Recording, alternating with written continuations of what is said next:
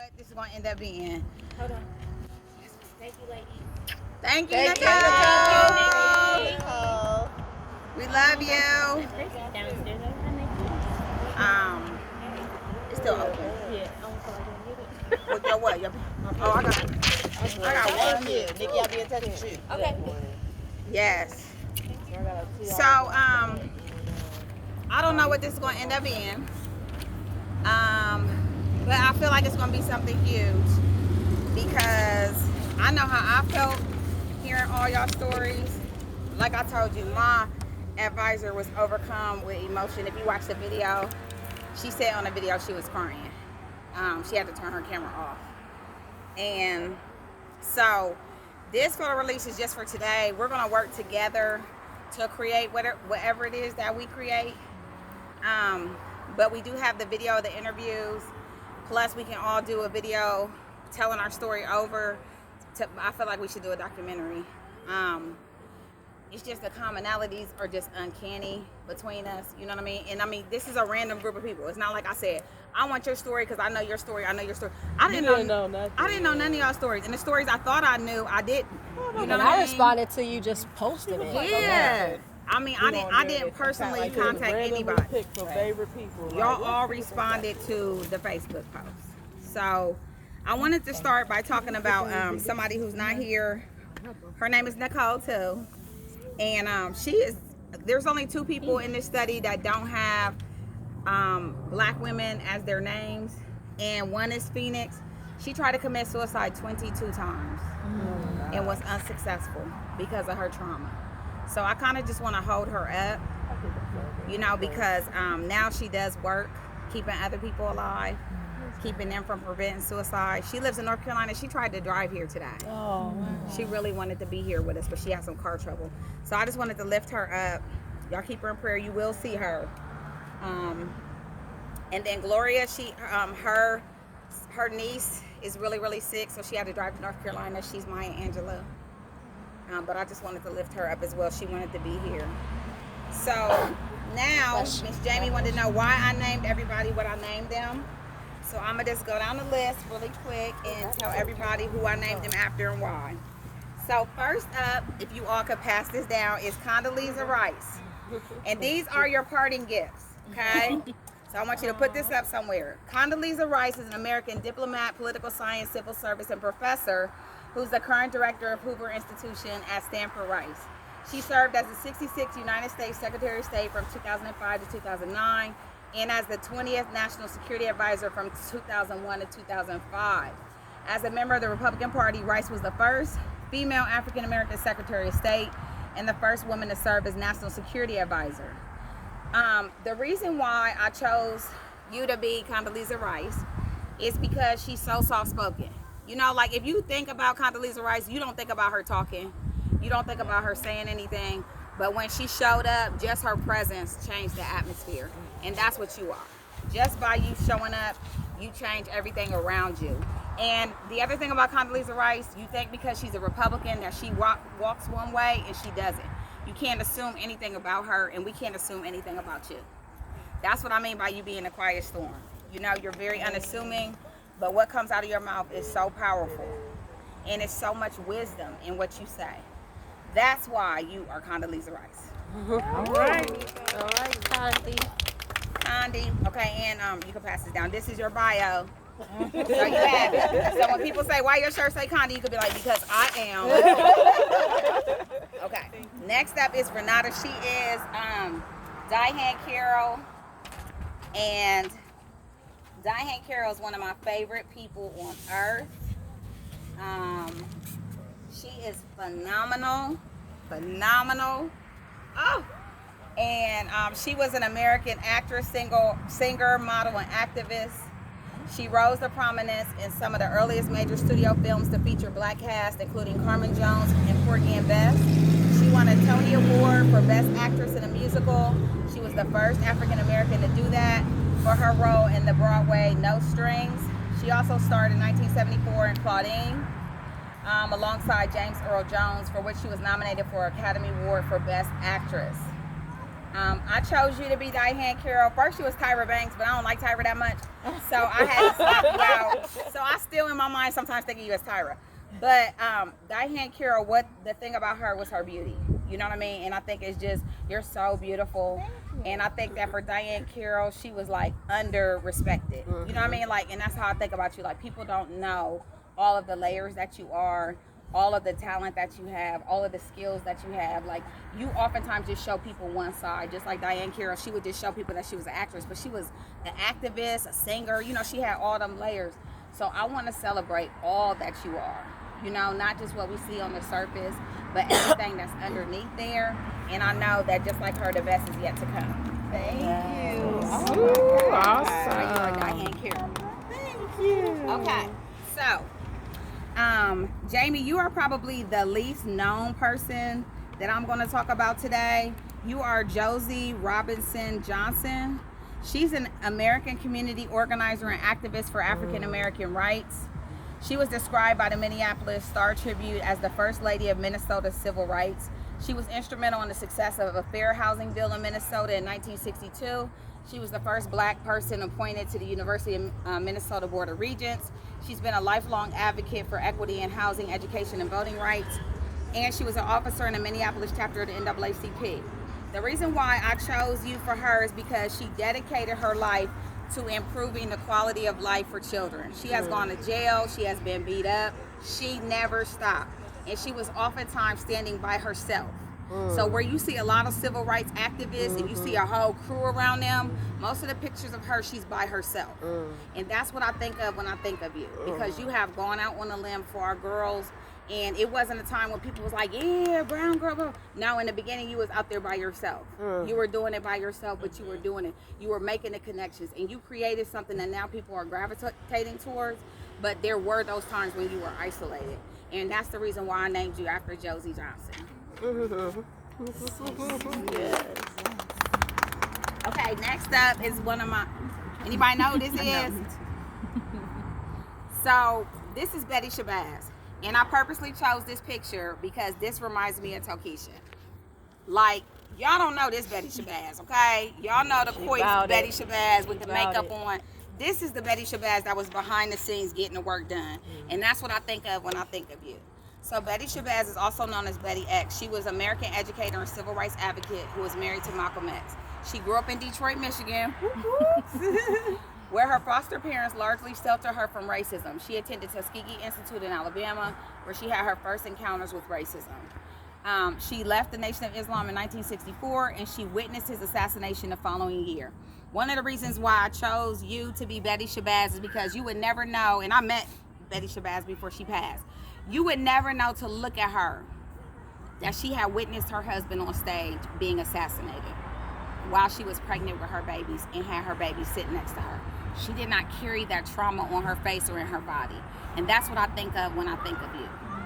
You would never know to know you that you had been in that basement, enduring what you had endured because of the poise and the class that you carry yourself with. It reminds me so much of what I felt when I met Betty Shabazz, because I was like, you do not look like what you've been through. And it's because of that poise and that class and that grace that you have broken down walls and barriers. And just like Miss Shabazz, you forgave those people and what they did to you because they knew not what they did. And Miss Shabazz still had to be in community with the same people that killed her husband and plotted to kill her husband, just like you had to be in some community with people that was plotting against you. But she didn't let it dull who she was. And she, to the end of her life, was caring for other people, just like you care for other people. She was taking care of her daughter who had mental health issues, and it was her daughter's son who had issues that burned the house down and caused her demise. But we ain't gonna let nobody cause your demise, because you got a community now that's gonna rally around you through everything you went through. And that's why she is Betty Shabazz.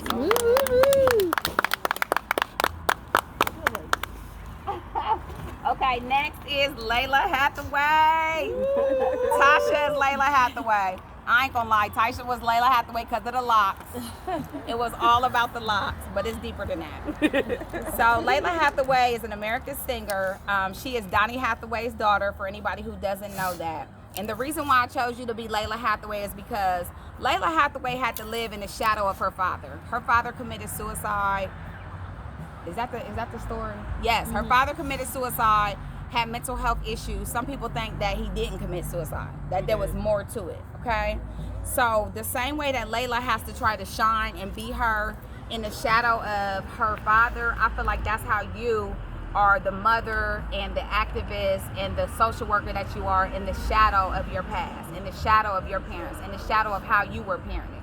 You have had to blossom without a good role model as to how to be. Just like Layla didn't have a good role model as to how to be a singer because her father didn't really do it the way that, you know, even though he had all that talent.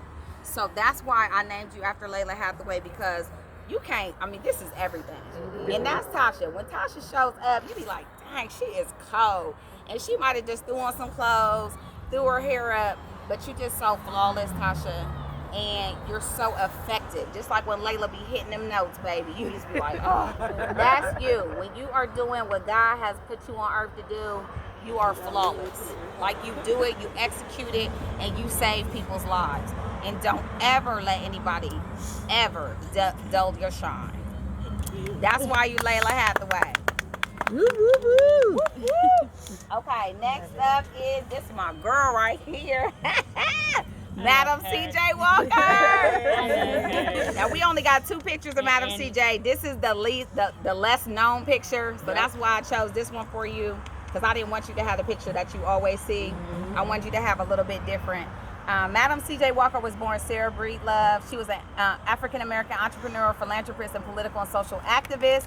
She was the first female self-made millionaire in America. Come on here. She made her fortune by developing and marketing a line of cosmetics and hair care products for black women through the business that she founded. I named you after her because you started as beauty as your foundation, but then you have grown so far beyond that. And I feel like that's what Madam CJ Walker did. She used beauty as her foundation, and then she grew beyond that. And it's not just beauty on the surface, but what Madam CJ Walker did was educate people on how they can really draw from their beauty on the inside, and that's what you do every single day.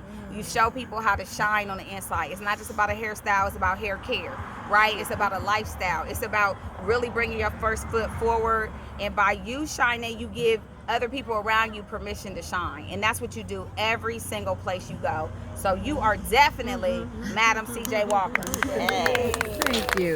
That was probably the easiest one I had to do. Next up is Mahalia Jackson. Now, this person, Trevor, didn't want to be Mahalia Jackson because she's always been compared to Mahalia Jackson. She been singing since she was a little kid. They made her play Mahalia Jackson when she was a kid in school. Oh, wow. And she ain't want to be Mahalia Jackson. But you know what I told her? Daggone it, you are Mahalia Jackson. Mahalia Jackson was an American gospel singer, widely considered one of the most influential vocalists of the 20th century. She had a career that spanned 40 years, and she was integral to the development and spread of gospel blues in black churches during the U.S. Y'all know Mahalia Jackson, she just everything. Her bio is the longest. Okay. But the reason why I chose you to be Mahalia Jackson, because you, number one, you already was Mahalia Jackson, is because Mahalia Jackson was an understated beauty. Like in her day and age, she wasn't considered beautiful, but she is beautiful. And I feel like your beauty is very understated. You know, you grew up and I watched you struggle with your gap or your eyes, and now it's like, now you wear it like, honey, it is everything. You wear it like it is what it is. This is me. And I love that. I love that being liberated. Mahalia didn't fuss and fight over not looking like them light-skinned girls that was skinny girls that was singing in them days. Mahalia got up there and she did what she had to do, and that's what you've always done. Your voice is who you are. That's Mahalia. You can't think of Mahalia without thinking about her singing. And everything that you do, it is a song.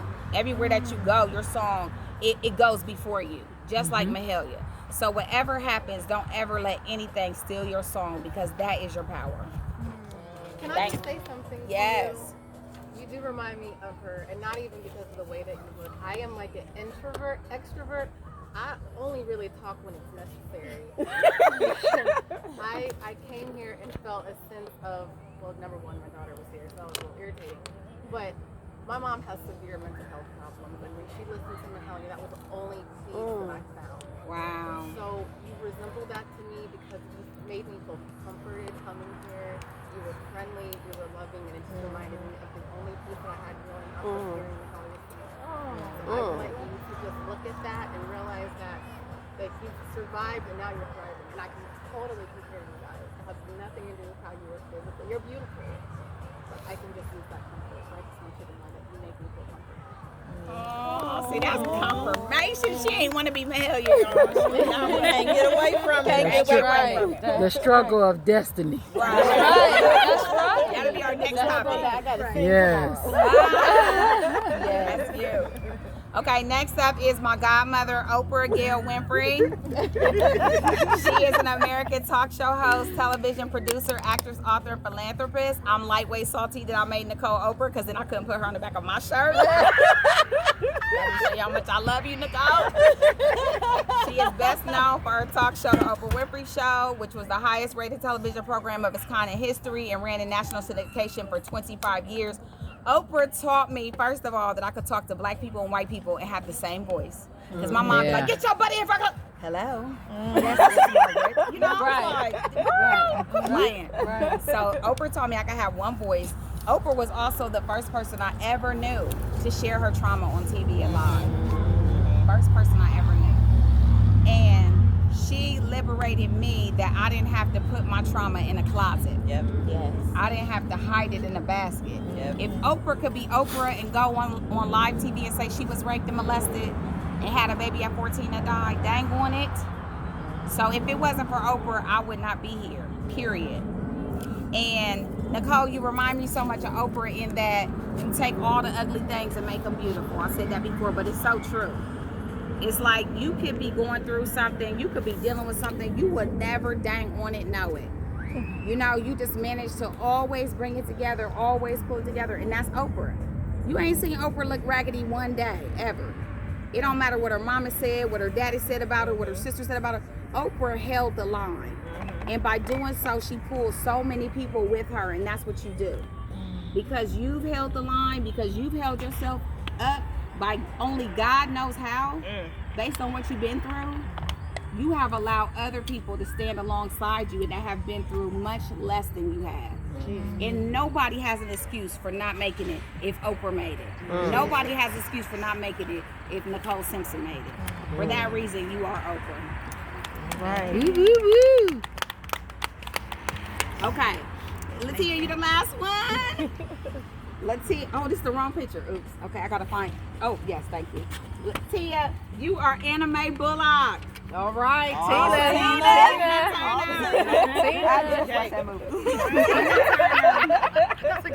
Tina Turner is the queen of rock and roll, regarded as one of the greatest music artists of the 20th century.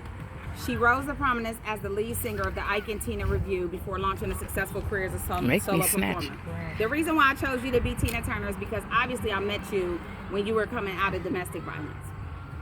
But the thing that was so remarkable about you, and this really didn't come out in our in your interview, this is just what I know from knowing you. You were in your ex-husband's shadow for a long time, just like Tina was in Ike's shadow for a long time. And I met you when you were trying to find yourself outside of that. But just like Tina, the best was yet to come. And the you that was on the other side of that relationship, far, far, far was so much better than the you that was in that relationship, just like Tina. And I want to encourage you that just like Tina, the best is still yet to come. It's going to get better. It's going to get bigger. Just don't stop being you. Tina didn't try to be nobody but Tina Turner. She didn't change because she faced a little bit of adversity or because doors were slammed in her face or because people said she couldn't do it without Ike. She said, dang it, I'm Tina the heck Turner. And she kept doing it. And that's what I want to encourage you to do, okay? No matter what doors get closed, you don't stop being Latia. You don't stop showing up. You don't stop helping people. Don't stop giving because that's who you are. That's why you are Tina Turner. Okay, and then I'm Lily because I'm my grandma, and y'all already know I'm my grandma. So my grandma's story is coming out. That's what I'm working on now. Is my grandma's autobiography. So you'll get to hear all about that, all the stuff that she's been through. But that's whose shoulders I stand on, and I hope I could be half of the woman that my grandmother has been in this life. So again, I just want to thank you all. I just wanted to show your appreciation because this really wasn't about me. This was about you. I mean, I would not have been able to do, not just finish my dissertation. My dissertation is the bomb because of y'all. Like, I'm so proud of it. You know what I mean? Because of your stories and the way they all came together and the way they all meshed. So the next time we get together, I really want to share a PowerPoint with y'all that shows the statistics. I think you guys are going to be really amazed